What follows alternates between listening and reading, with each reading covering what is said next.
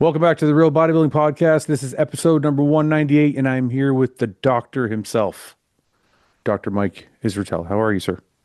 Good, man. How are you? I'm very good. I want to talk to you and argue with you about building muscle. Okay. No, first, let's start with something nice. Um, how is it being a supplement owner, supplement brand owner? You own, it's called Genius Shot, I believe. I don't own Genius Shot. What? I No, thought that was your baby. no, I never owned it. No. These are other folks that we did a partnership with to help them launch, but Ah, it's not something I own. I wish, man, I'm not competent enough to own a fucking supplement. So yes, you are. So yeah. those protein shots are not yours. You just were affiliated. So I helped them design the product initially, Oh, okay. and make sure all the boxes were checked and stuff like that. Sure. But I'm not personally affiliated. So Well, yeah, they're on their own and soon to have really cool stuff in the works, and you'll probably see it in stores, but that ain't me. well, So how was it advising? it was awesome because man, so many people, well, so many people get so much wrong when they make supplements. Sure. They look to do margins by cutting quality. They basically at some juncture forget kind of what they're doing entirely, and they're like, yeah, we just have to put stuff in here. Right. They'll do what's called pixie dusting, which is Yep. when you put a bunch of different stuff in a supplement and you're like, see, it's got citrulline malate, like, look, it's got a fifth of it that you need.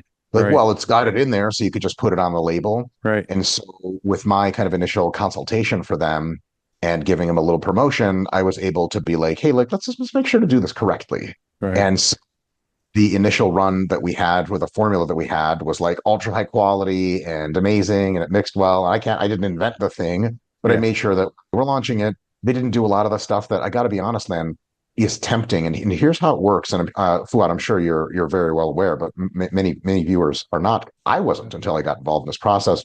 Right. The amount of information that business people and marketing people know about supplements like borders on nothing, which like makes sense. Like, how much do you really know about, like, like the drill bit that you own or your car or Sure. your computer? Like, not enough to sell it or manufacture it. And so what they'll do is they'll be like, oh, like, this is good, right? We want this. And I had to be the person with my team to be like, no, we don't want that. That is an illusion. It is a myth. And they're like, oh, okay. And so it's just awesome to be involved in that, to make Yeah. sure just generally good-hearted people who want the best for their customers, like the Genius Shop team, don't end up doing stuff that a lot of other not so fun supplement Yeah. companies are doing. And so that was basically like really cool to be able to do that. Yeah. Well, what's scary is the business guy that does know what he's doing and purposely does it wrong. That's the scary part. And to be honest with you, that happens more often than not.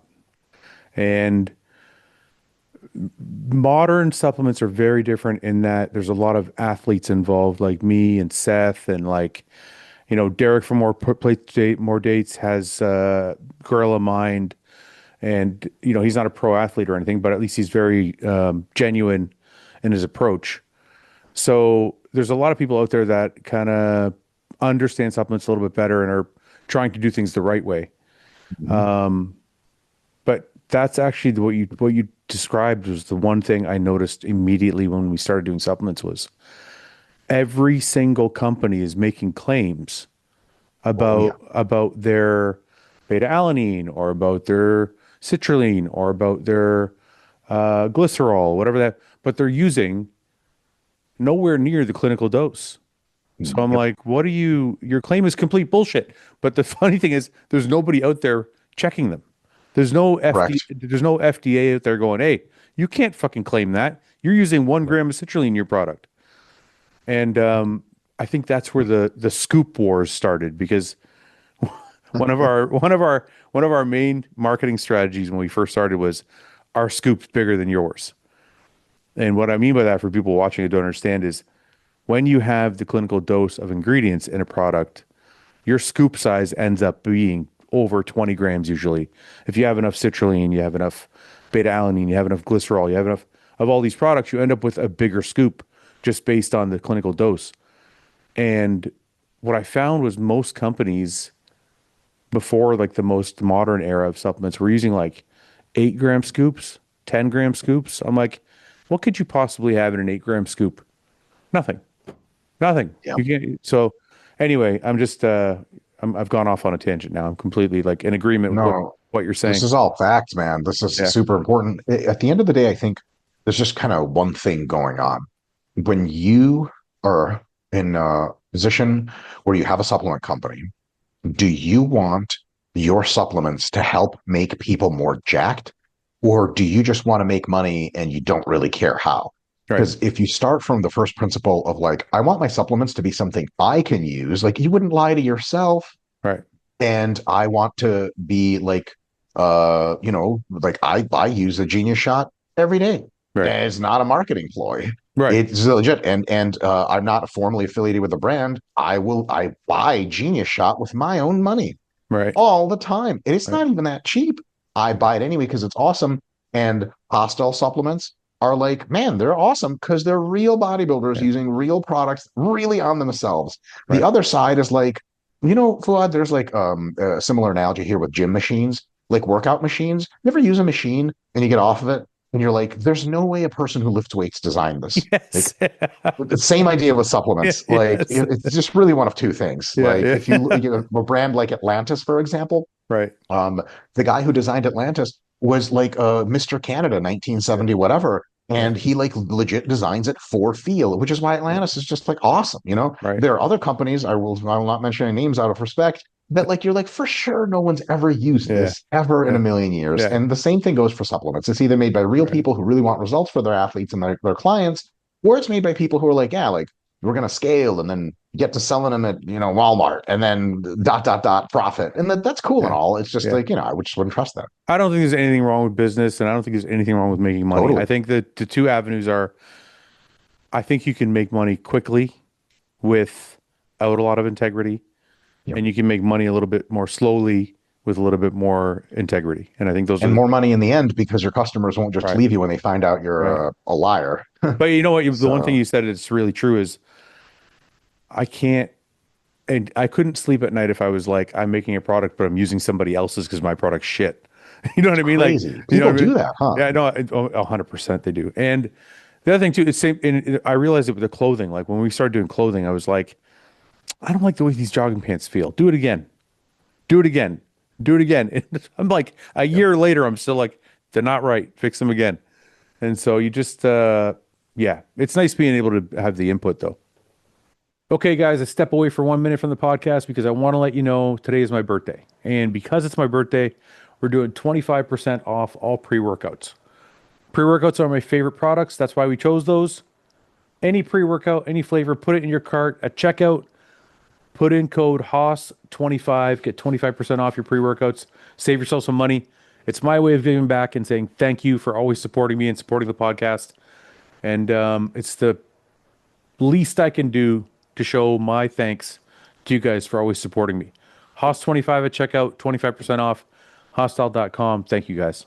100%. The clothing thing is interesting. For what I was sponsored by a major clothing brand for a little while, Yeah. and it was a great brand. It just I didn't like the clothes because it just like worked for me. They didn't fit And right or so something. I like it just like like I have weird non-existent autism fashion sense or whatever.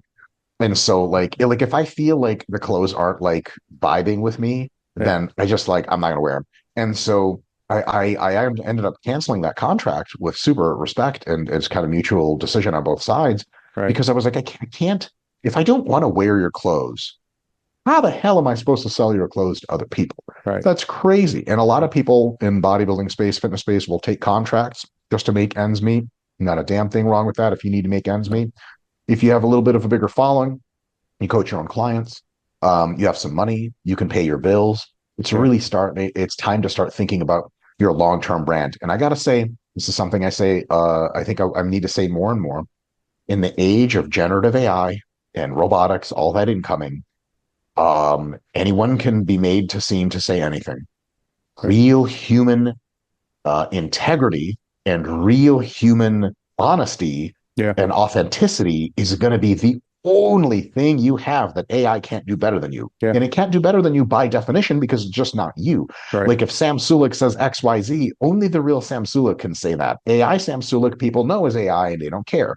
Right. So if you think, oh, I'll just say stuff for the supplement brand, I don't really mean it, but I need the money. Think through that a little more Yeah. because you could be a person in a few years. Fouad, I'm not going to name names. I guarantee a dozen athletes offhand that have bounced around from brand to brand to Oh yeah. brand. Yeah. And like they're like, oh man, I credit my last pro win to dildo nutrition. Like, shut fuck up, Okay, shut up. wait. Before you go on this rant, I have to confess, I was with four different supplement companies. Yeah, over how Okay. long a time period? Um, 12 years.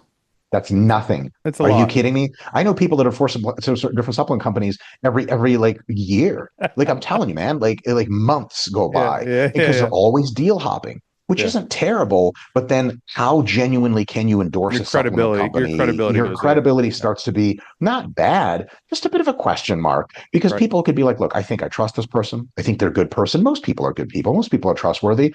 But I just have to ask, like, is this guy saying buy the supplement because they pay him? Yeah. Or is he saying buy the supplement because he really likes the supplement? If you've been with a so if you've been with a supplement company for 3 years, Yeah. man, you gotta like something about them, I imagine. Right. You know what I Right. But mean? it could be both. It could be, you could be like, because like, I'll give you an example. When I was with Muscle Tech, there was a bunch of shit I hated. Like, there's a bunch of Yeah, stuff. yeah. There's a bunch of stuff that was just Those were crap. different days. Your alternate choices were minimal. There was Muscle Yeah. Tech, Yeah. BSN, and like what two other companies or Yeah. something Yeah. that were But, no. but like some of the stuff is just garbage. Like, you know, but then other stuff I really liked. So, but I got paid to endorse all of it. You know what I mean? Yeah. So you kind of like stuck in this weird place where you're like, I really like your protein. I like your cell tech that's full of sugar. I don't like your gakic because I don't know what it is. Whatever the Yeah. hell that is. Yeah. I tried to So, pronounce that the first time. I was like, it must not know enough science or so, something. but I had to endorse all of it. So you kind of like, I don't know. It's weird. It's weird. The whole thing is weird, but I do get your point that authenticity is I think it's the new currency of our age. It's like Yes. the more authentic you can be, I think the more credible people will find you. Yes. So, Because people need to know something in the age of AI, and that's I'm a real human. mhm. Do other real humans use this product? Do Right, they do this thing? Because like you can make fancy commercials in 10 minutes with AI and make it seem like there's tons of people doing your thing and it's all fake. It's all vaporware, which is right, like cool for marketing companies that do that kind of thing, but have a real backstop of value. right. Whereas if it's just all poof midair, there's like a new supplement. I'm sure you've seen this at like every expo. Some new supplement company will launch and they'll have like a dozen top athletes instantly in, and they're handing out packets. They're like, this is the ultimate Yeah, formula. And for me, maybe this is a little cynical, but like some guy who I know for a fact has been training for 15 years, has been juicing for 10 years, yeah. has been putting in crazy hard work and dieting. And they have a picture of him on their big, Olympia banner. And they're like, use our supplements. And I'm like, man, that picture was taken before your company existed. Tell me how time works again. Like, I Okay, get it but for the flip, 15-year-olds, but but the flip side of it is also, like we signed Samson when Samson was still. I think when I signed Samson, he placed fifth at like the Tampa Pro, yeah. and he was still like 260 pounds. I don't even think he had blown up yet, Mm-hmm. and he kind of grew with us, and then became Mr. Olympia. Mm-hmm. Do I get to say like it's all because of Hostile? I mean, I would just say Samson is like an industrial machine that's property of Yes, hostile that's right. industries. That's You'll right. Yeah. deploy him into war zones when needed. Like on a serious note, though, Fuad, like you can say with much more certitude Yes. that your hostile supplements had a key role to play in his prep, Yes, I could at say the that. very least. You know Yeah. what I mean? Yeah. Like, Yeah. Listen, enough of that. Sorry, I got off on that mistakenly, but it's an interesting conversation to have. Um, I want to ask you about something. I don't know if you're uncomfortable about it. I came across it by accident after I asked you to come on. mhm, There's like a whole bunch of videos out about mhm. your PhD and Mhm. the credibility of it. And Yeah. I don't know if this is something you want to talk about, but I just gonna want to Yeah, talk. no problem. I just want to talk to you about it on a friend level. Like, I don't know what the fuck is going on. Yeah. I can explain. And also I just want I just want to say this just for my own uh just personally from my own viewpoint. I kind of could care less like Yeah. whether your PhD was amazing or not amazing. Yeah. I don't really care. Like your videos have a certain level of knowledge and obviously like they're well thought out to the point where like that doesn't really matter to me. So I feel like people are finding things just to Yeah. create controversy. That's just my Yeah. viewpoint. But anyway, Yeah. please explain. Yeah. Let me cut to kind of like the minimum viable explanation. So my PhD is composed of three parts. One is academic classroom instruction. So, like 2 years of sitting in a lecture hall and being told how sports science works, which is Sure. unusual for a PhD program. But sports science was almost never taught in the United States at this point. It was all exercise science, and sports science is actually like how to make athletes better instead of like this is how a cell works. Okay. So we did that. That was a third. A third of it was as soon as we got to the program, and for 3 years, my colleagues and I in the PhD program worked directly with athletes and teams, Division One athletes, as their strength and conditioning coaches, sports scientists, nutritional consultants, full time, full immersion. We traveled with Okay. them to tournaments, the whole thing. That's awesome. Worked with their coaches, integrated their plans. That's something that just like that basically doesn't exist almost anywhere at the PhD level. Right. And another third was the research doctoral dissertation stuff. So the focus of the criticism video is that one third. It Okay. typically most PhD programs that's the only part, so it's already down to a third. The methodology, the conclusions, the findings, all that stuff is rock solid as far as I'm concerned. What ended up happening was I flubbed the submission to the graduate school. So I defended my dissertation successfully in front of a Wait, committee. Mhm. sorry. I'm gonna pretend I have no idea what the fuck you're talking Yeah. about. What does So, it mean yeah, yeah, when you say I flubbed? yeah, yeah. What does that mean? So so basically you go up and you talk about your findings and the committee grills you and asks you if you really know things. I passed that part. Okay. That's how you're awarded your dissertation being passed and your part of your doctoral degree. Okay. And so then you have to just submit your manuscript, which is like 125 pages or something of all that document stuff to the graduate school so they can hold it on file for forever. Right. And so that thing that I submitted was I essentially copy edited it wrong. And Okay. so I transposed a couple of tables such that it looked like the values were nonsensical. Okay. And so the folks who found it just recently basically just assumed that I meant all of that stuff. And But they, why did you do that? yeah, just fucked up. It's just a human error. So Yeah. you just but you knew it was wrong. Oh no, I didn't know it was wrong until it Oh, was okay. surfaced to me 12 years later. Like, Okay. Okay. well, it's a 125-page document. You have to read it number by number to make sure you got it right. And all the tables I had on file were completely correct. I literally just copied and pasted it on an offset. Okay. Like, Okay. oops. And then so some of the numbers are total nonsense. Some of them Right. are right on because they're still in the right place. Right. So, and it had like some formatting stuff, like the citations were formatted weird and all that stuff. So it's basically there's exclusively clerical errors. Okay. And so now I'm just cleaning those up and resubmitting to the grad school, and that's the extent of the actual controversy. Now, So is this a live yeah, doc it's a live document. It's always like you can go back and correct it 12 years later. Is that how it no, no, you'd have to submit an addendum. And frankly, the graduate school could give a shit because almost everyone's doctoral dissertation has like a bunch of errors, clerical errors, this and that. No one cares. sure. But just for due diligence, like because someone took the time kindly to point out these clerical errors, I'd like to correct them. We'll see if the grad school says that's okay. But Right. by the way, it's an unpublished dissertation, which means it is only inside the East Tennessee State University library like access system. So Right. it's not like it was out there in the wild and people were looking at it. It is now, I guess, but whatever. So I didn't let it out. what do you think happened? This person just kind of like because of your popularity decided to go back Oh and no, I know exactly what happened. So this person is a person who gets roughly 10 to 20 times the views and thus money by critiquing myself and other major influencers in fitness, like Jeff Nippard, for example. Right. And so they're highly incentivized to do it. It's like the exact same model that Greg Doucette uses, Right. which is like, all love and respect. We got to make our money somehow, talk that shit. And so this person went and somehow got access to my dissertation, did the least charitable, most bad faith critique of it possible as like, it's like a hit piece, right? Yeah, of Which course. again is like lame, but also like respect. Like I'm popular or whatever. So take a shot, right? No problem. And so that's essentially the situation. And so like this person is almost certainly, this is probably like his 10th video about me and Jesus. how I'm terrible in a variety of ways. And it's also like absolutely not his last. And he'll make more videos. And so from now on, anytime he makes a video, so like I tried to respond, I kind of screwed up the response. And probably in the future, I'm just not going to respond because I just don't ever respond like Greg Doucette.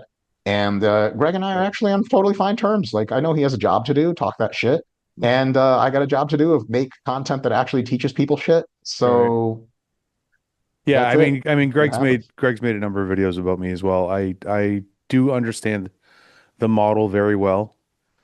Yeah. Um, is it something that bothered you? Did it get to you? Because I think this is probably the first time this has happened to you. Well, actually, no, it's not because Greg's been doing this for a while. Not even close to the first time. I mean, look, in my dissertation, so it's perception versus reality. A Sure. lot of people, most people, frankly, could care less. Hmm. Most people just don't even know.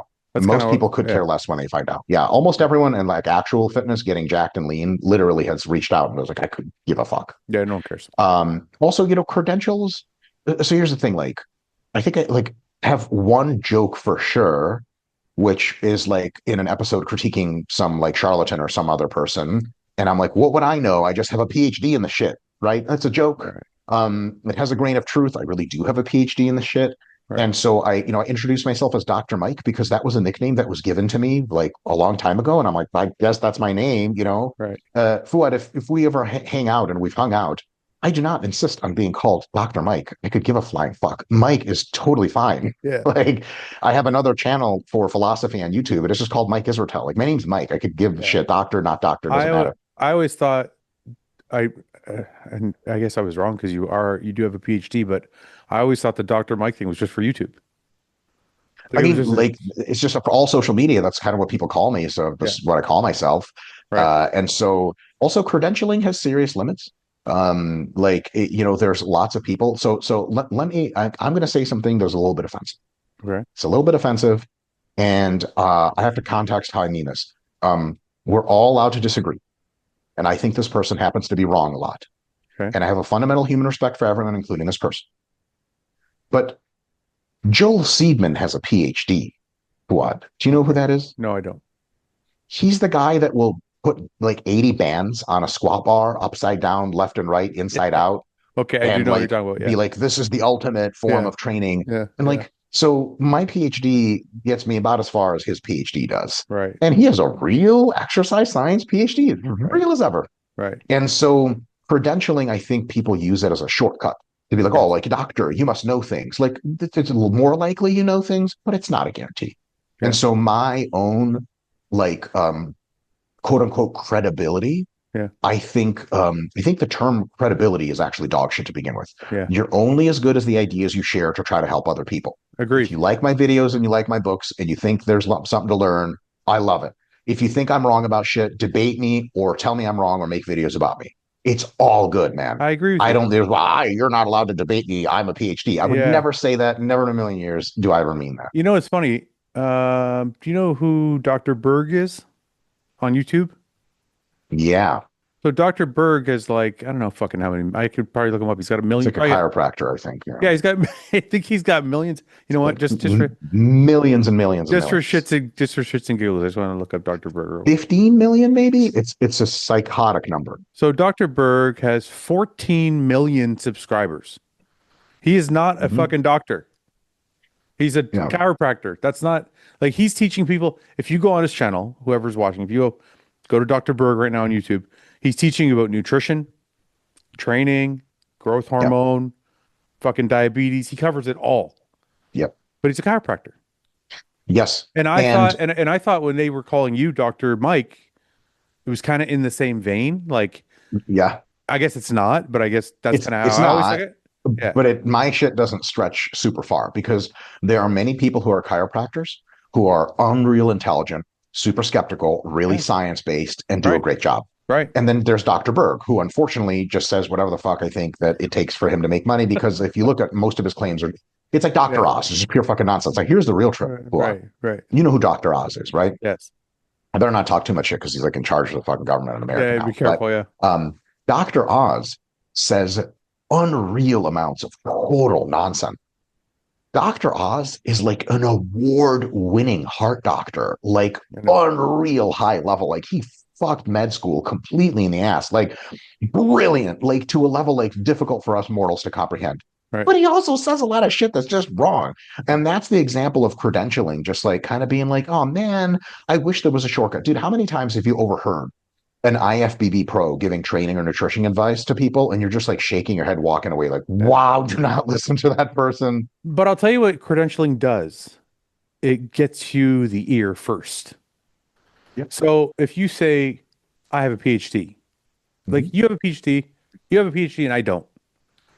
If me and you start debating training, my credibility is from 20 years of lifting weights. You have a pro card, Fuad. Right, right, That's right. at least as important. It's another credential. It's, just hold on a minute. Also, 20 years of training is a credential. I do understand that, but you have those years of training plus the PhD. What I'm trying Where's to my pro card, what Fuad? what I'm trying to get at is this. People listening, if we start debating training, Yep. that PhD will give you their ear first. Yep. And it shouldn't. And if you don't make any sense when you're talking, then they'll be like that the pro knows more than the PhD. So Yep. you'll always get credentialing does give you a leg up first, Yep. but only in the sense that you can make sense of what you're saying. So, Yep. and that's why I said to you originally when we started this conversation, is I don't really give a fuck what this person has to say about your PhD because it's kind of like when I watch your videos, I'm like, he's making sense. Yep. So I don't really, And sometimes not. And then and I'm wrong. sometimes No big that's right. deal. That's right. No one's That's right. perfect. That's right. I think I think your credibility only goes so far as to, or your credentials only go so far as to, is what you're saying make sense? Do you have a concise way of explaining it? Is it palatable to the person watching the video? Yeah. That's it. If And do I you want to hear more from you about yeah, other stuff? if you're the smartest guy on Because I earth, trust you but now. if you're the smartest guy on earth, but you can't deliver it, I don't care. That's a lot of people. So so Yeah. anyway, I guess Yeah. well, I mean it is what it is. So you got yourself into another controversy that is it affected you in I any didn't way? get myself into it. Like at first, of course, I got butthurt. Like I'm a human being. Yeah, And I like it came so far to left field. I was like, Fuad, I submitted my dissertation, and I was like, if I never see this shit again, it'll be too soon. right. That's how a lot of people do their dissertations. They just ask around. I can And imagine. so um I was like made aware of this, and I was like, oh crap, what is this? And I looked into it a little bit, and because I wasn't super familiar with who the guy was, but I looked into who his collaborators are, what kind of videos he makes. He has a gentleman who's in a lot of videos with him. His name is Lyle McDonald, and this is like a person who is like maybe like one of the most bad faith actors in all of Mm. fitness. Like he used to be friends with all the Brad Schoenfelds and Alan Aragons of the world, and he just like jettisoned everyone because he's just in a bad mood, like kind of 24/7.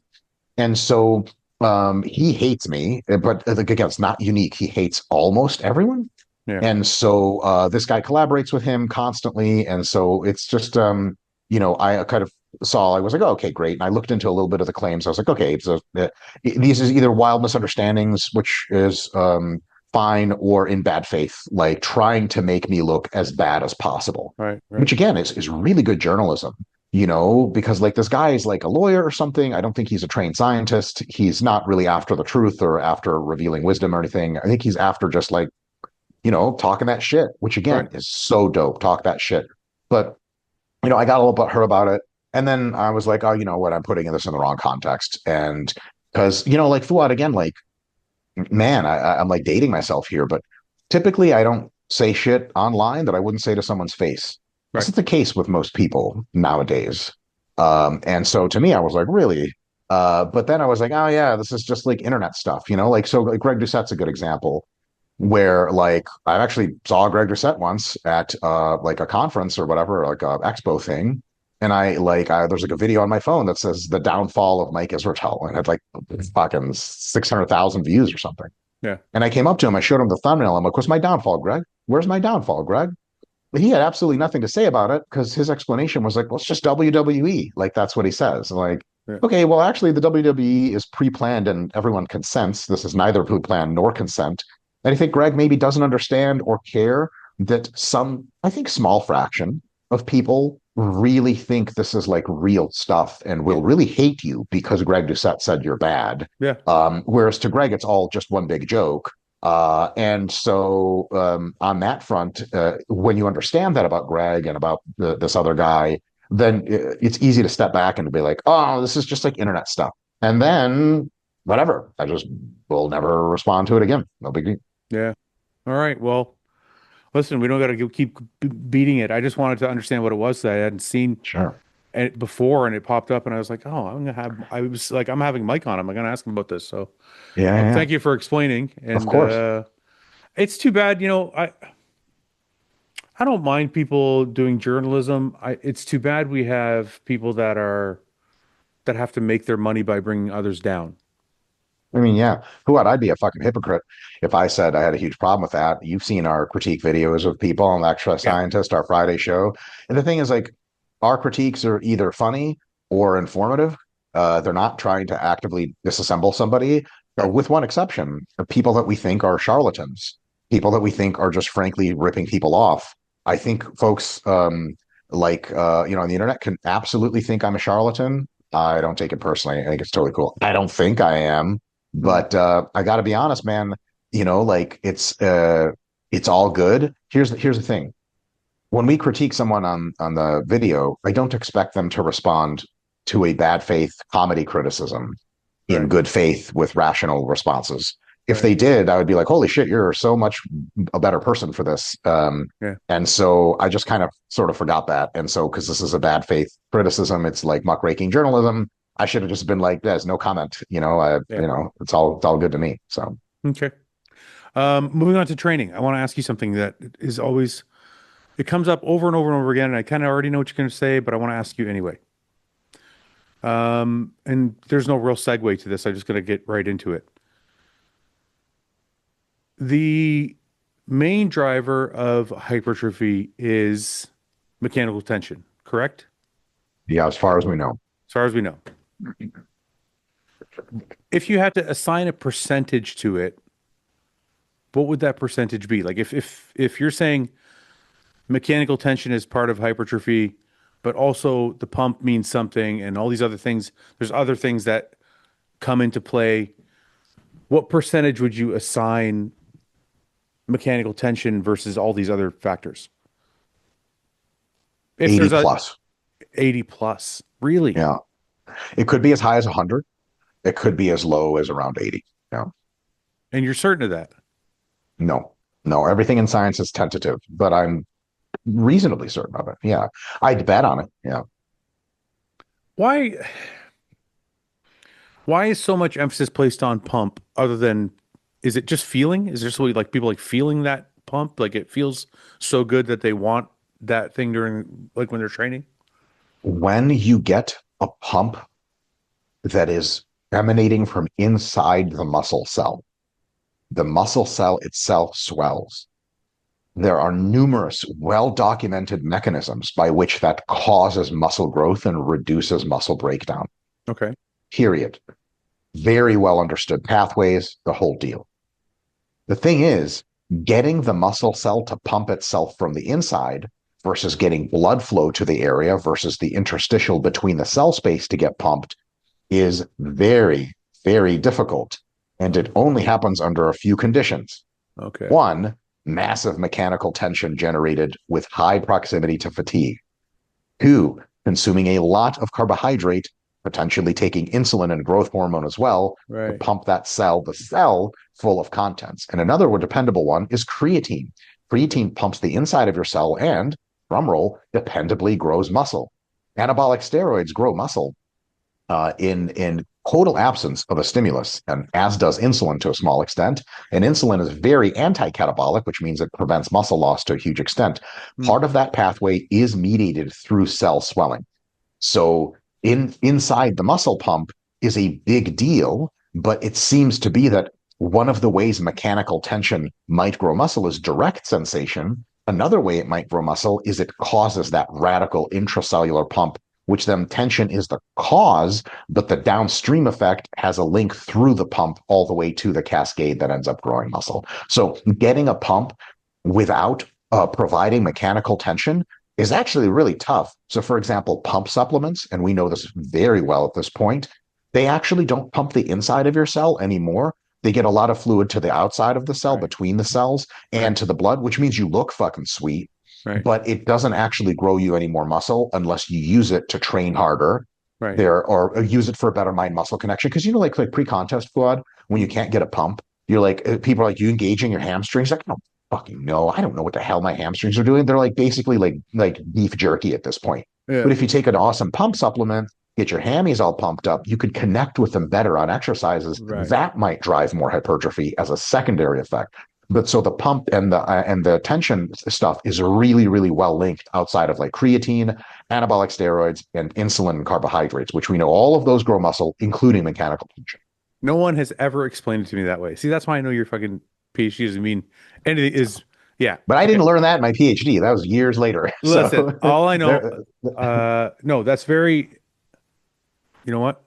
That's probably the best explanation I've heard for the pump. Now, so you're saying, so we have like, I think there's documentation showing like 4 grams of glycerol will cause the muscle to swell. You're saying that's outside of the cell. what I'm not sure about glycerol. I'd have to look that up. Okay. I don't believe that I think that might be interstitial swelling, though I'm not certain. I would just be making stuff up. Okay. Whatever causes the muscle cell to swell That's likely has an effect yeah. on net muscle accretion by either reducing breakdown or increasing building. Okay. If it's the interstitial space between cells, if it's the blood vessels around the cells, we know very reasonably that doesn't cause muscle growth. Why? Because there are numerous studies where they give people pump supplements of different kinds and they measurably increase the pump, but they lead to no growth extra. Can you imagine the first few studies, how fucking disappointing that was to people who were buying NO Explode? Like, Right. damn it, I want the shit to grow me. But, and I have a video on this that's coming out at some point. We already recorded it. It's going to be out in a few weeks. And that video basically says, like, do pump supplements work? And the answer is they do work because, in part, they can have a better mind muscle connection. And here's Indirectly. another thing, man. Yeah. Yes, indirectly, which you have to really know what you're doing and be pretty advanced to even be looking for that. And it Right. has to be a limiting factor. But I got to tell you, one of my favorite reasons to mess with pump supplements, and I'm actually about to start taking them. I never really taken them before, but like Jared, my dad, actually Jared is my father, is my biological father. He raised me, Fouad. It was a troubled childhood that I had Yeah. with him as his I, days. He was I can drunk all imagine. the time, working at the factory. He's white trash. That's how it is. And so Jared loves pump supplements, but he loves them at a specific time. He loves them in the last stage of pre-contest Right.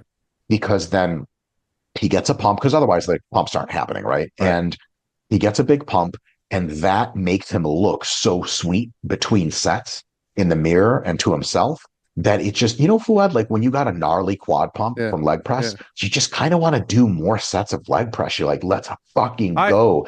yeah. I've Whereas always, if you don't yeah. get a Go ahead. pump and you're training really hard and it's like beef jerky feeling, there's a sensation where you might be like, man, what am I even doing in here? Right. So I think pump supplements, because let's be honest, man, the cultural and emotional connection of bodybuilding involves posing as an art, it involves Yeah. competing, it involves being shirtless at the beach. But a huge part of it is like that gnarly, nasty pump at the gym. If Right. that can be better, your motivation to train hard in that session, your motivation to come back session after session, get your little pump workout, your pump product down the gullet and go, man, it's gonna be higher for most people. That's the real key with pump supplements. Pump supplements are kind of like your favorite stringer tank when you're lean. If you've got it with you, man, you're You're having a working good out harder. time. Yeah. You're gonna train I mean, harder. Yeah. what can you imagine if we had research come out that says actually, unequivocally, you grow way more muscle training in ski pants and your winter coat? people would be like, oh, God damn it, really? Be like, but don't, Yeah. you can't even check the pump. You have to have heat in the muscle. And for 2 hours after the gym, you have to stay wrapped up. You can't even check. No posing. Posing practices in the morning, totally different. Like, like legit, a lot of people would be like, fuck that, I'm not doing Fuck it. it. Who And cares? so Yeah. it's the opposite of that. Yeah. That's interesting. So, okay. So mechanical tension is the main driver from within the muscle cell. That's what you're saying, aside from those two other key aspects. Yep. Yep. Fuck, this sucks. Okay. Then I'll carry it further because I have this argument with Ian all the time. I'll carry it a little further. Why? Okay. If that's the case, is there a case to be made for high volume training if mechanical tension is the main driver of hypertrophy? Like the guys who are doing high volume, like high reps, numbers of sets over time, like set after set after set while they're training. Guys who are doing this stuff, are they wasting their time? Because we've seen the best bodybuilders on earth train that way. And we've seen different looks from different people that train in certain ways. Yeah. So what does that tell us? Like if we're getting and I'll carry it a little further before I let you answer. A lot of times I see guys that train with low volume have different looks to their physique. They may be a little bit more jagged, a little bit more rugged look, maybe not as round and bubbly. The guys who are training high volume generally have a different feel to their physique. I think more of like a Flex Wheeler. I think more of like a Chris Cormier. I think more of like a Dexter Jackson. I don't, you So know, black people. all black people. Yes. Okay, wait. That's actually important. That might be the factor. But it's true though. I noticed that different training it gives people a different look. Now I don't know if that obviously that might be just anecdotal, but I'll let you kind of answer from there. Yeah.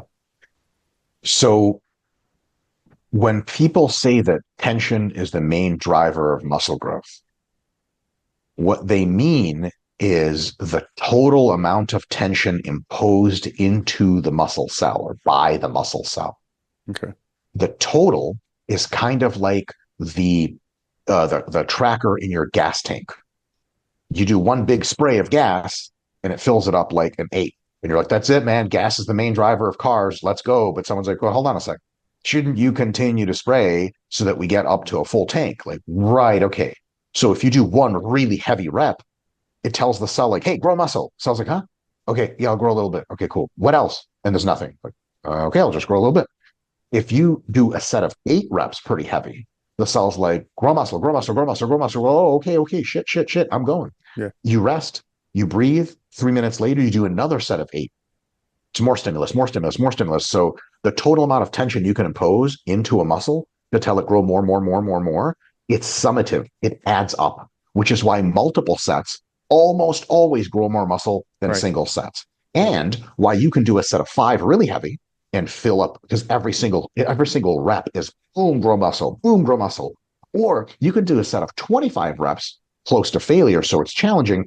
Every single one of those reps just grow muscle just a little bit, but the sum total is Still roughly the going to be the same, same. Yeah. which is why, like, any sets taken really close to failure between 5 reps and roughly 30 reps, man, they all cause roughly the same amount of hypertrophy, at least in the medium term, on the order of months. So it's really more like, it's like someone said, this is a shit analogy. Here we go, time to get canceled. So if someone said, like, the number one way to stimulate males to do their thing, if you may. Oh, so it's a scientific term I can use as ejaculation is friction, right? Yeah. And you're like, okay, so friction's the thing. Like, yeah, of course. Like, how does it happen without friction? Like, friction. Okay, so does that mean one stroke is enough? Yeah. Like, Like friction. come on now. Now, if it's super tight, a lot of friction, you don't need as many strokes. It's If so it's not as fucked. tight, not as much friction, then you need more strokes. I got you. That whole thing is a Yeah. good analogy because it's the same kind of nervous system, or it's the same kind of adaptive system effect where it's a summation. Like and here's the thing: this is a real trip. Until recovery starts to become an issue, we haven't found a dependable top end number Okay. of sets per week that really starts to impinge on muscle growth, Okay. which means that if you can recover from it, 20 sets per muscle per week, 30 sets per muscle per week, 40 sets per muscle per week in many contexts, not for everyone, but Right. for many people, grows more and more and more muscle. But there's a wrinkle in that. It's an asymptotic curvilinear graph. What does So that the mean? first set you do grows like a third of the muscle you could have grown in that session. The second, third, and fourth set together add up to another third. So you're two-thirds of the way to growing maximum muscle. Right. For you to get to almost the rest of that last third, you need to do another like 6 sets that session. Sure. So every single set adds a little bit less to the I equation. gotcha. Yeah. So you, as soon as you get to that diminishing returns, you can leave the gym and just recover more. Come Mm. back a few days later or a week later, hit it again, repeat, repeat, repeat. So if you train for 40 sets per week versus 45 sets per week, you will grow more muscle 9 times out of 10 with 45 sets if you can recover. Before it's going to be a barely detectable amount of Yeah. muscle. Yeah. Whereas if you train with 1 set per week versus 3 sets per week, it's like double the growth from 3 sets per week. So Right. as long as you're training in a way that pushes your recovery, you're good, which is here, like I'll simplify all this down into one really easy formula. If you train your back with 8 sets twice a week, and I talk to you about it, and I'm like, hey, listen, you normally train back Monday, Thursday, right? Right. So Wednesday night, would you be ready to train your back? You're like, yeah, fuck yeah. So you're recovered. Like, yeah, actually, I'm recovered by Tuesday. I could do the same workout. Be like, okay. If you clearly can do more work and still recover, you should probably try to add a few sets here and there to Right. really milk that shit out or crank the intensity to a fucking million. So if you're Right. doing 2 reps in reserve and you're recovering totally fine, push it to failure, do force reps. Because if you could legit say, oh man, recovery is easy, you're not growing as much muscle as you could. You should be in a position where you're saying recovery is a challenge. Not impossible, but not easy. That's how you know you're pushing it to the limit. Like if a formula driver is driving and he does a lap and he's like, dude, I could have done that with my eyes closed. There's no way he's posting his best lap times. If he's driving to the point where he's like scared for his life, there's no way he's doing the best. He has to be driving in that place where he is really attuned, really focused, and really pushing the limit, but in a Right. safe way so that he doesn't croak and he gets the best lap times he can. Same thing in training. You got to train as hard as you can with still recovering, but you can't push it over recovery. And if you're way under recovered, people could just be like, why don't you do more? And they'd be correct. So this topic then is kind of like a never-ending debate because when you say that to me, I'm like, okay, well, that gives me some kind of hard and fast rules to live by, but it also it's kind of going to be different for every person based on their Oh, yeah. genetics, their eating habits, their steroid use, their, all of the Yep. above, right? So like, Yep. and even if you had two guys that are doing everything exactly the same and they're both perfect, their genetics could be totally different. One guy could do Yep. 50 sets and one guy could do 30 and Yep. what I mean? So this topic is kind of a useless topic to debate Oh, because yeah. I might say to you, I like doing 16 sets for back once a week. And you're like, well, I do 3 sets for back once a week. And if I say you're wrong, I might, you might be right. It might be that that's your just Yeah. recovery point. Yeah. Two things to say about that, Fouad. One is it's absolutely on the money. Numbers of sets that are scientific recommendation need to be taken with a giant grain of salt because they're Yeah, averages. right. And there's like, I don't know, I've never met anyone who I was for sure like knew who was the average in an exercise science study. Everyone's somewhere in the distribution. So that's a really big part to say. But the average does help Yes. because the probability that you grow your most from 3 sets of back per week is really low. I mean, maybe Dorian Yates could do it or something. The rest of Hmm. us, nah, we need more. Right. The probability that you can survive 80 sets, hard sets of back per week is also low. So Right. that gives us like, most people somewhere between 10 and 30 sets of back per week is Yeah. at least a really good starting point for them. Right. But it's only a starting point. Once you start at that level, what you want to track is your progression in strength, reps over time, a little bit of load over time, and your recovery. Hmm. And so if you're recovering super easy, you're progressing super well, add more sets. Yeah. If your recovery is like, "Ooh, I'm barely recovering, but I'm still in it," man, that's pretty good. Just make sure But your nutrition is good and your sleep is good. If you're under recovering, if every time you do 18 sets of back, you come in to do your next workout and you're like, your strength is down a ton and your joints hurt, I don't know where the hell you think 18 sets is going to take you, but it's not going to take you into success. It's going to take you into being fucking dilapidated after a few months. so before I get into the volume topic I was going to get into, your cues for recovery. If you're saying, because we've been talking about recovery a lot, some people out there might be like, I don't know what the fuck, I don't know what it means. Because We're also telling people that soreness doesn't necessarily indicate a good workout. So if I'm Joe Blow, what cues am I looking for when you say I'm recovered? Yep. There's number one cue, and there's a bunch of secondary cues. And the number one cue tells us the most information. It is the ultimate arbiter. The number one cue is, what is your strength for reps like? So, for example, Ian Valier, right? Um, used to back in the day when he was bodybuilding a ton, he used to do deadlifts, right? Yeah. Super fucking heavy, multiple sets, high reps for deadlifting, sets of eight shit. Yeah. If Ian comes in and deadlifts 675 pounds for a top set of eight reps, what is recovered for the deadlift for next week or 2 weeks later when he hits it again is to be able to do at least 675 for eight, if not a little more. Okay. If he comes in next week and he does like 585 for six and stalls out on rep number seven and puts it down and goes, holy shit, and he kind of felt like shit doing it, he's Right. not recovered. Right. And so if he thinks he can sustain doing whatever amount of deadlifts that is every week, but continue to under recover so that he's underperforming, bad news. So that's one of the reasons why tracking with an app, like we have the hypertrophy app at RP, there's tons of other great apps, is it says like, hey, you got to hit these numbers this week and Yeah. you got to do it with good technique like usual. And if you can't do it, you got to wonder, is this a one-off? Am I just having a bad day? Maybe, but then just no big deal. Do your best. Come back next week or next workout, try it again. If Right. you're two workouts in a row, you're just not as strong as you were for the first workout.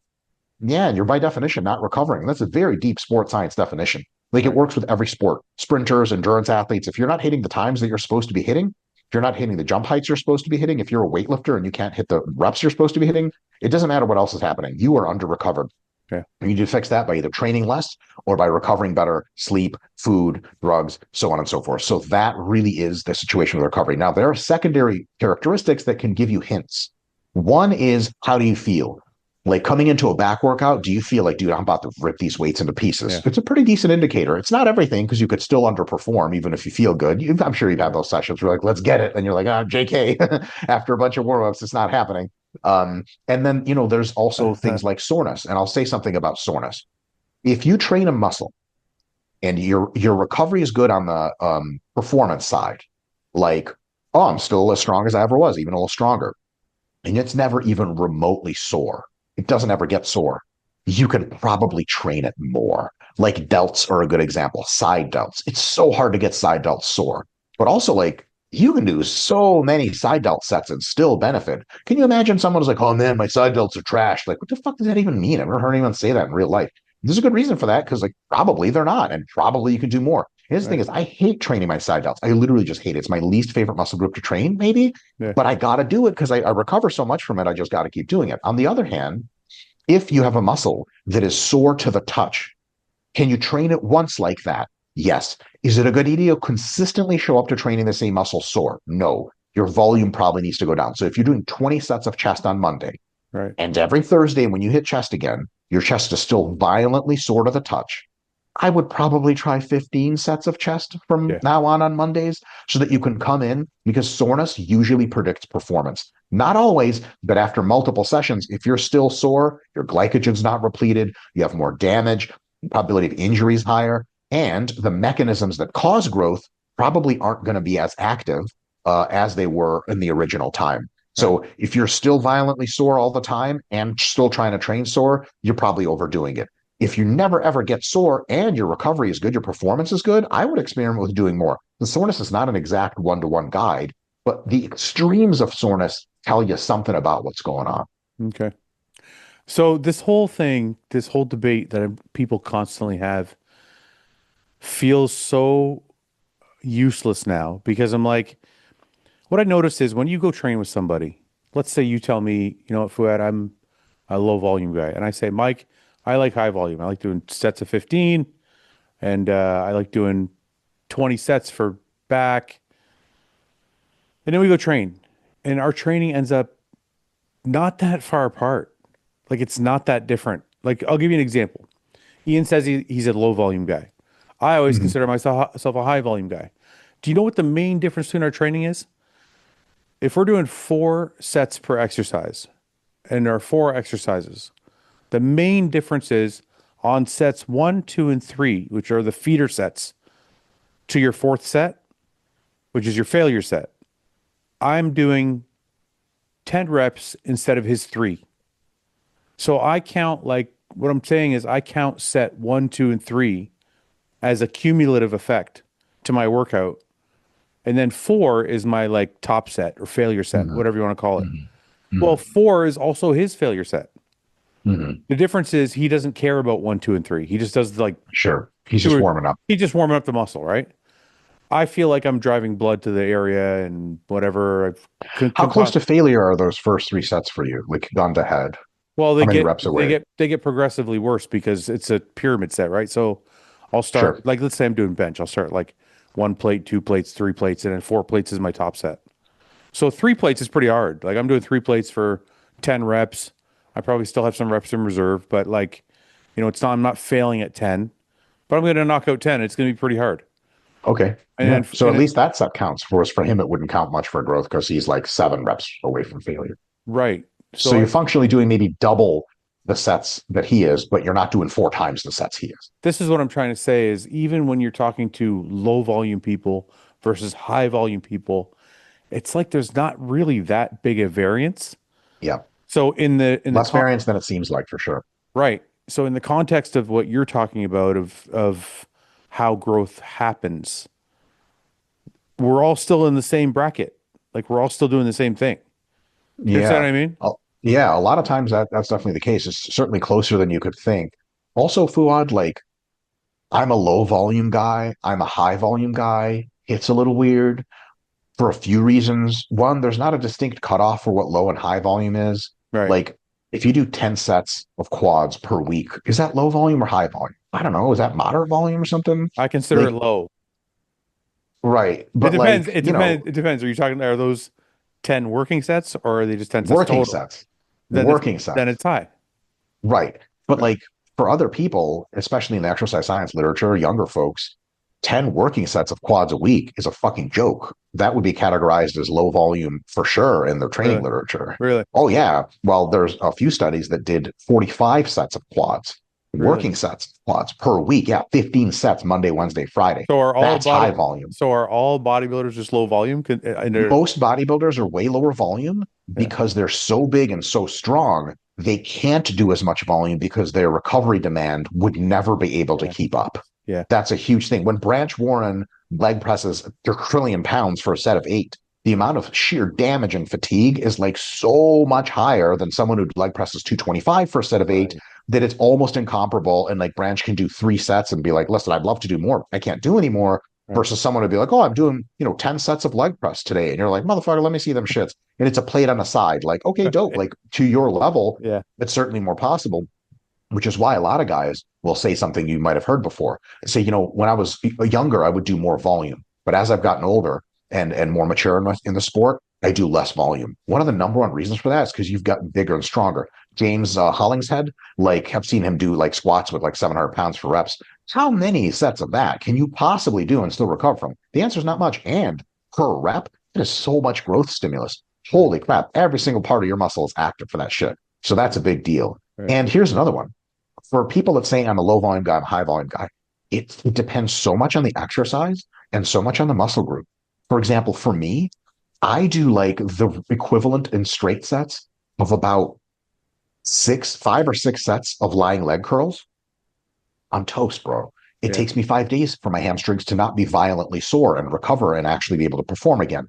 If I do 2 sets of proper technique, stiff legged deadlifts, Yeah. it's the same stimulus. It's inordinate. It wipes me out.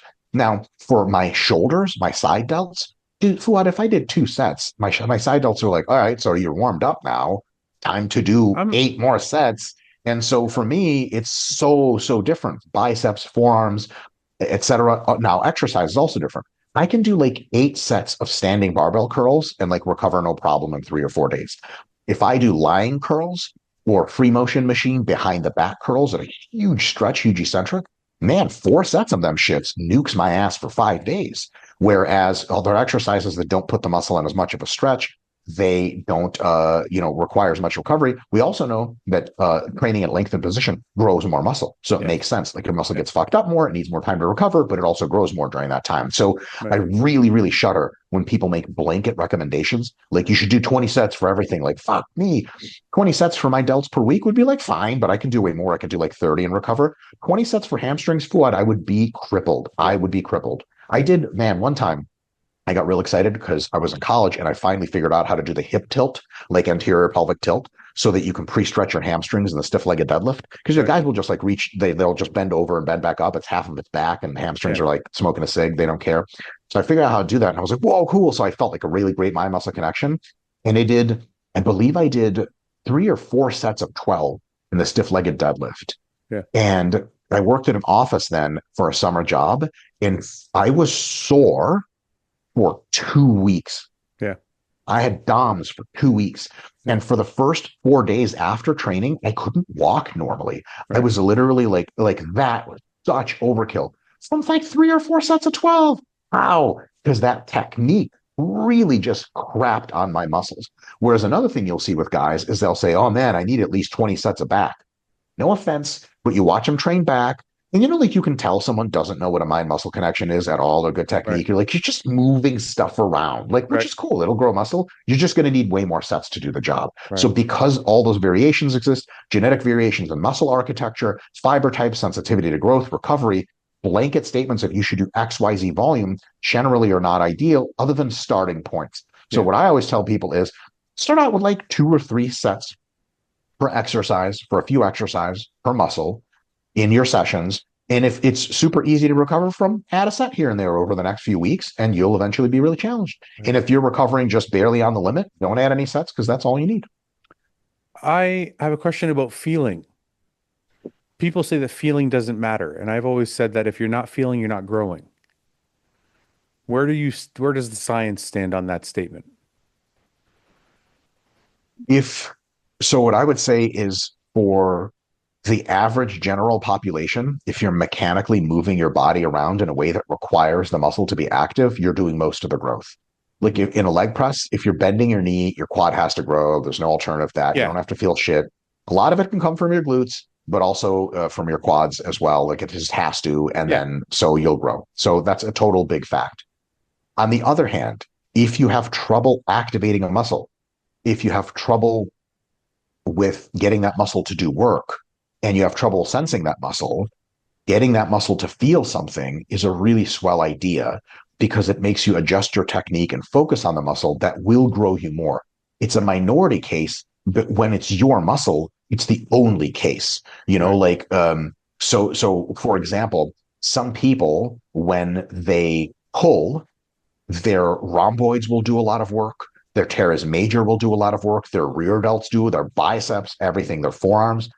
But their lats are kind of like sort of doing something. Now they're Yeah. growing for sure, but they could grow way more if they chose exercises or put on the electrical stim machine or had someone touch their lats while they were contracting to Yeah. remind them to use their lats. For most people, that's not a problem. But when it's a problem for you, you have to chase the mind muscle connection to unlock as much growth as you possibly can. So you're saying the feeling, that last statement you just made, is basically says to me is the feeling is very important, but only in specific cases. Yes. And when you have the specific case, so the feeling is not important until you need it. Yeah. And when you need it, it's really important, Yeah. super important. Right. It's like, how important is it to wear a mouthpiece? Like, what? What the fuck? Why? It's not. What about in a boxing ring? Really important. Otherwise, your teeth are getting knocked out. So if you're struggling to connect with a muscle and other muscles take over, Right. like guys experience with their chest a lot.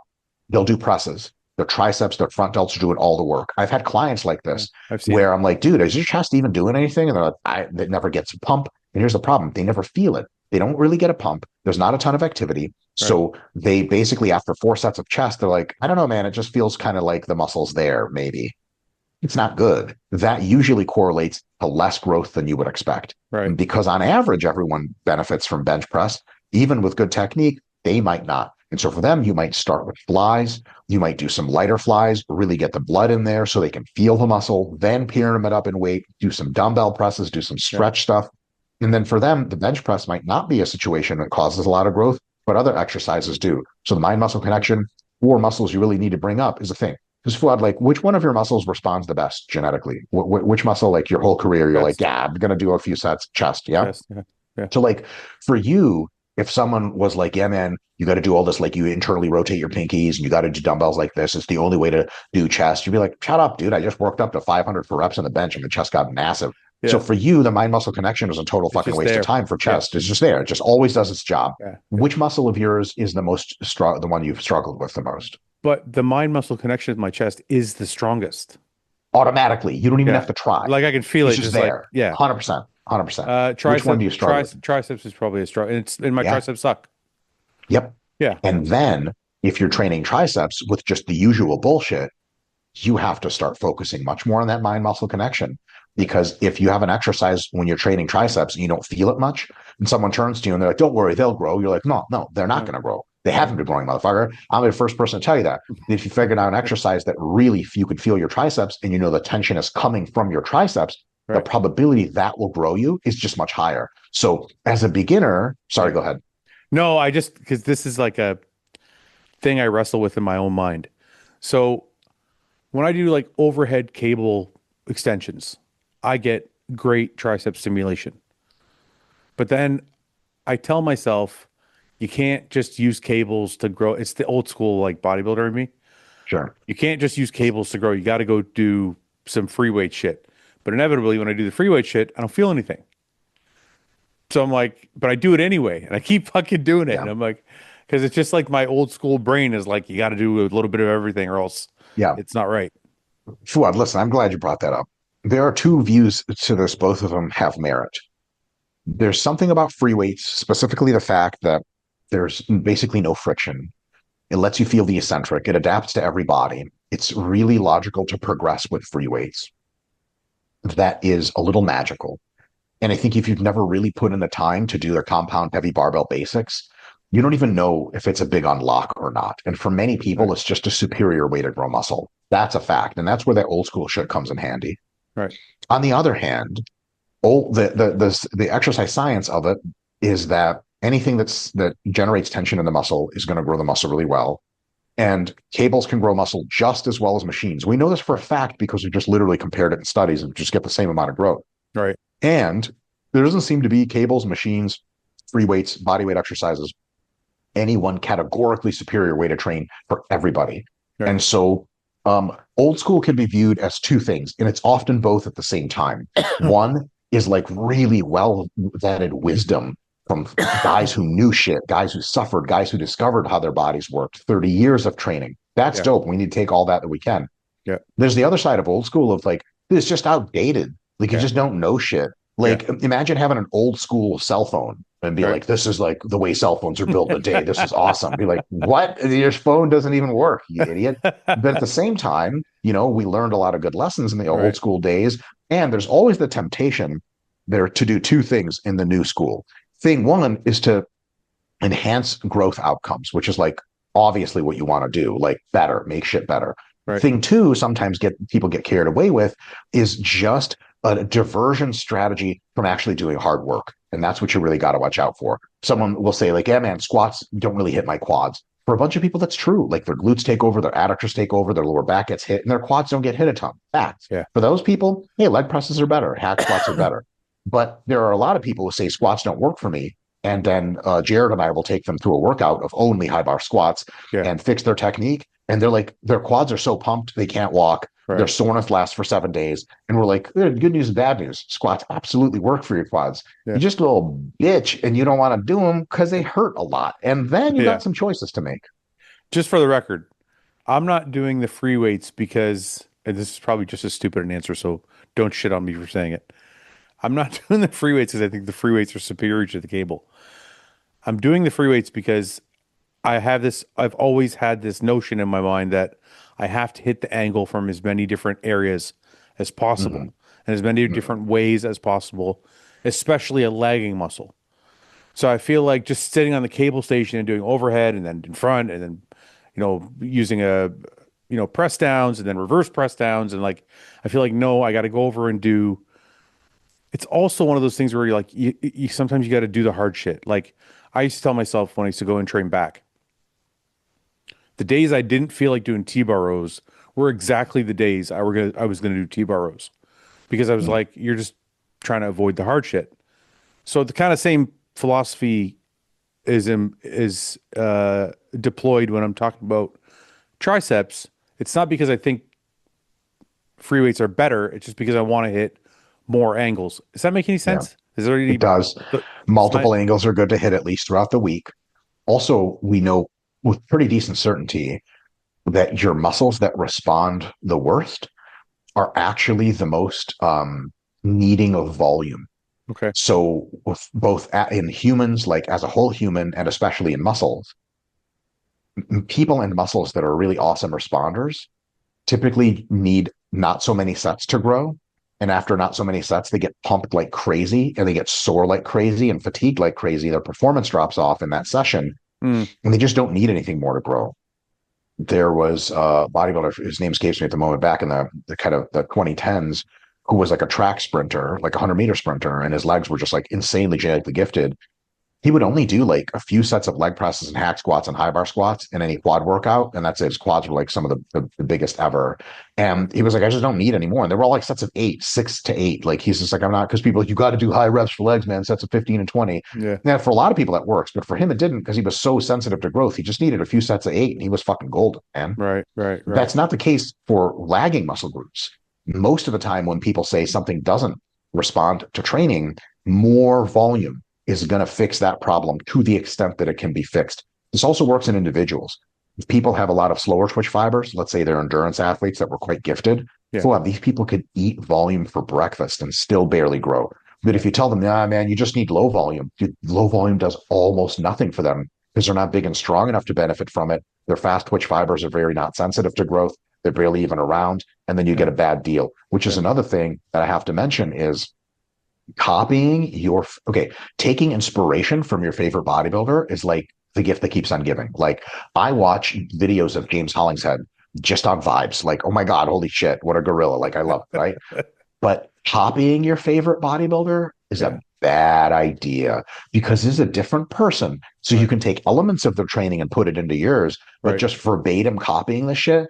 Like, and these people mean all with love and respect, but every now and again, someone will talk to me and be like, oh, I fuck with your shit. I love your YouTube, blah, blah, blah. And I'm like, dope. That's awesome. Shake hands, take a selfie. And they're like, oh man, like, I love your XYZ workout. And I do it all the time. And I'm kind of like, oh, don't just do my workout, Well, you please. gotta, Like, but you gotta start somewhere. Like got to start somewhere. I would try Ronnie Coleman's program and then be like, oh, this is insane. I can't do it. Right.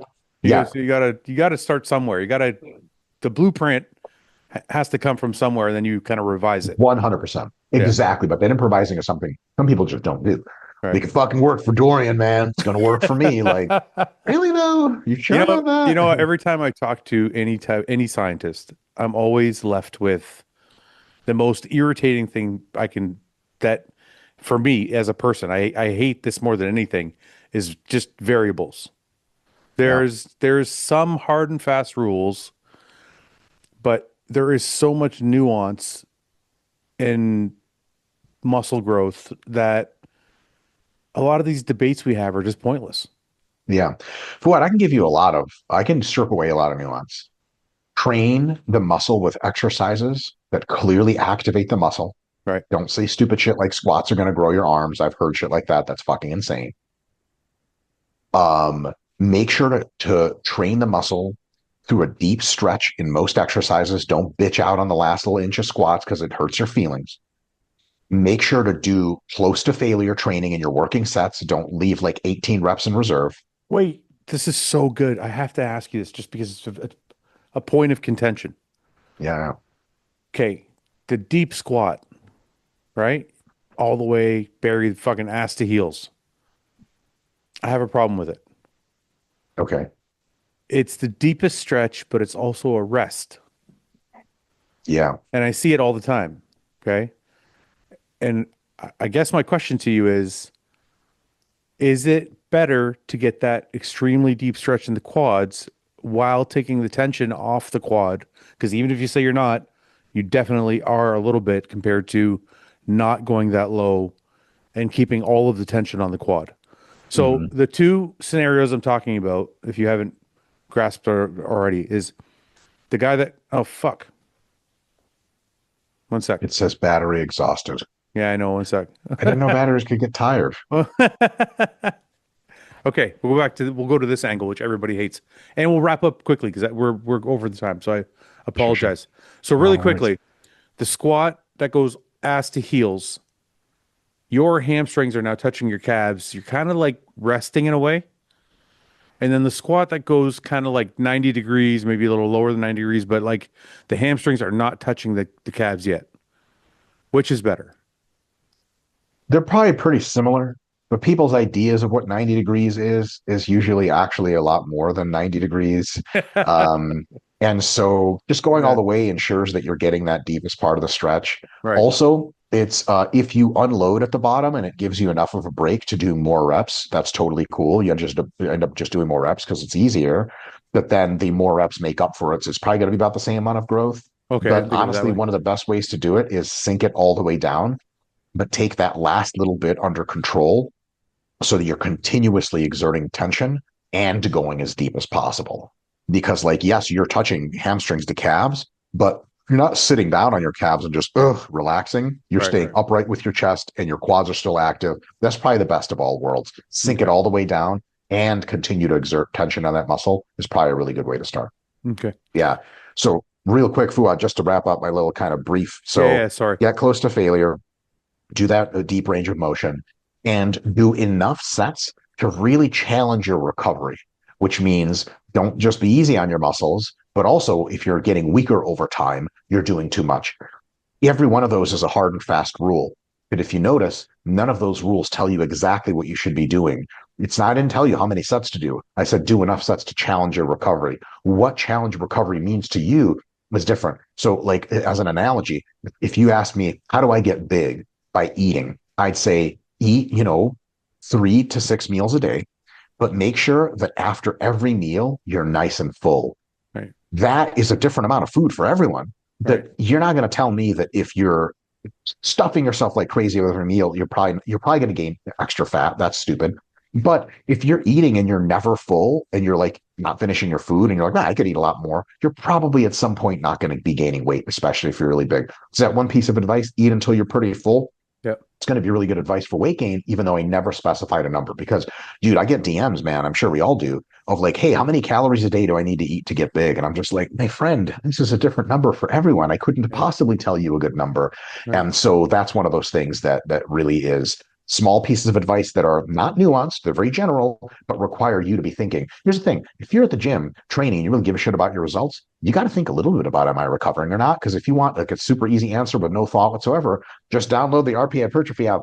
Bam, right there, Fuad. That's how we make that money. No, I'm kidding. There's no way to get around it, man. You got to think yeah, a little bit about what is best for you because it's a journey where you discover your own body and you can do like everyone else's routine. It'll get you pretty far, but it's never going to get you your best until you combine basic rules, hard work, and adjusting the shit for your body. And I think that's where scientists and pros and everyone agree. Like it's got to be a combination of simple rules and how does your body respond to the shit. right, right. Mike, it's always really refreshing when you come on, man. I like the way you explain things, and it's never it never feels like an argument. It always feels like there's a piece of wisdom kind of from every corner to wrap it all up. No, Fuad, you're wrong. Did I say that better? Yeah, that's what we should be doing. Dude, thank you Um, so much, man. It's always a huge pleasure to talk to you. I uh, I wanted to get you on before the Olympia so I can get your predictions, but we never got a chance to do it. So now, Can I tell you something real quick? yeah. Um, I okay, this is total bullshit because no one's going to be able to verify this, but my friends could tell you. Oh, you got all the top 10 I'm right, an I guess. awful, yeah, right. Yeah. I'm an awful prognosticator. I just basically never do it. When I was watching the finals Hmm.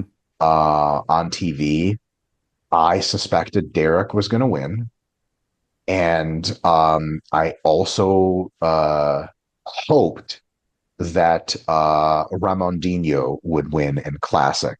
Right. because when I saw him in the comparison shots, I was like, bro, I know, stop eh? playing. It's a His nice waist is physique. like negative or something. And Yeah. he was ripped to shreds. You could tell he did Yeah. not fuck around. He was like, this is my chance. Yeah. And seeing him like collapse on stage and C-Bum hugging him was like, man, that's magic right there.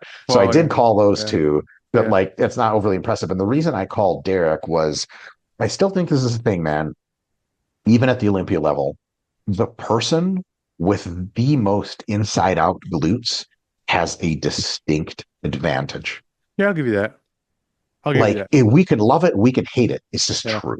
It's kind of, Derek has those yeah. magic diamond glutes, Yeah. and man, when he turns around, it's kind of like well, you could be bigger, you could be Yeah. fuller, you could have. I mean, he has amazing lines too, and there's not a Right. single muscle group missing on him. But those Right. diamond glutes, man, that's that extra step that they're like, okay, you're in the center. What do you think about that? I don't think you're, I think there's something to what you're saying. It's kind of like the PhD thing. It's like you get a leg up. Yep, You get to yep, look first, right? yep, And then yep, you got to see what you can do with it. yep, So, I'll give you that. It's very impressive because it automatically shows this guy's in condition. yep. Which the crazy thing about Derek is his glutes are the only body part on him that are striated like that. Correct. And it's, I Isn't was going to say, it's all because that it matters, bro. because if you look at him and Hottie, Uh-huh. Hottie's got the rest. Hottie's striated in his abs, his chest, his fucking Mm-hmm. shoulders are stripped. Mm-hmm. Well, maybe not his shoulders, but everything's fucking I don't stripped. know. Yeah, dude, his shoulders are And stripped then too. but Derek's glutes look better. So then you're like, well, Derek's in better shape. So it's That's how the uh, cookie crumbles, yeah, man. yeah, I know. It really is how judging works, I think for better, for worse. there is something to be said for it. Um, but I do also think Derek had the best of all worlds. He was the biggest guy on Mhm. stage, right? He was not necessarily sharpest, but sharp enough with that mass. And he also carried the best aesthetics and symmetry. Like he, His aesthetics are you unbelievable, know, man. all The body. ultimate Dorito. Yeah, yeah. The ultimate Dorito. Like his That's like, shoulder to waist yeah, ratio is yeah. baffling, I get right? it. Yeah, I get it. No, that's a good analogy. Yeah. But But I yeah, no, have a prediction for next year. okay. I think that Urs is Okay. going to be making a big splash in the next few Olympias in the Open. I'll give you that. I think that because I have a slight insight. Yeah. Urs and Jared and I trained once, and he was 255 pounds. And I was like, "What's your weight cap?" He was like, "I forget. It was like 230 or something, 225." And we're Yeah. like, he's like, "You want to see something cool?" So I was like, "You look really lean." He's like, "You want to see something cool?" And he turned around, he pulled up his shorts, and he had like very distinct glute striations. Yeah. And Jared and I were like, "How the hell does that work?" He's like, "It just really sucks. Like, I don't. There's no other way. I lose a bunch of muscle. It's miserable." Yeah. And I'm like, "Do you have trouble gaining weight?" He's like, "No, dude. I eat normally, and I just blow up to like 270." And I was like, "Why don't you do the Open?" And he's like, I've got unfinished business in Classic." And I was like, "No, respect, like 100%. Like he's top three in the world, whatever." Yeah. And so I'm so happy that he's in the Open. Yeah. And my prediction, based on his age, his wisdom, his training style, and his genetics for gaining, I think we're going to see him at the next round of shows after an off season, Yeah. not 250-ish on stage. I think we're going to see Yeah. him at 260 to 70. And with Yeah. his lines, bro, Okay, but hold and he's on. got that But the German good looks or whatever. I don't disagree with you, except for you have to be careful with the lines. The problem Yeah. is everybody thinks that growth is like linear. You know what I mean? Yep. oh, this guy's going to grow and he's going to look exactly the same. Yes. Just bigger. Not Mm-mm. always. A lot of times guys get bigger and things change. Yeah. Maybe the waist gets a little bit bigger, maybe and if Ronnie the, Coleman in his prime. you know what I mean? So yeah, exactly, right? Ronnie Coleman was Mhm. amazing 98, 99. Then as he got bigger, the waist started to blow out a bit, right? Yep. I still think he's the king even with a blown out waist, but Of whatever. course, he's the king. That's not up for debate. Mike, listen, I had a great time talking to you. I love figuring all these things out so I can go back and argue with Ian even better. And Hell am I said hello. okay, I will. Mike, Awesome. thank you for coming on, brother. I'll get this out as soon as possible, and hopefully we get to do it again soon. Super. Take All right, care. bro. I'll talk to you soon. Bye bye.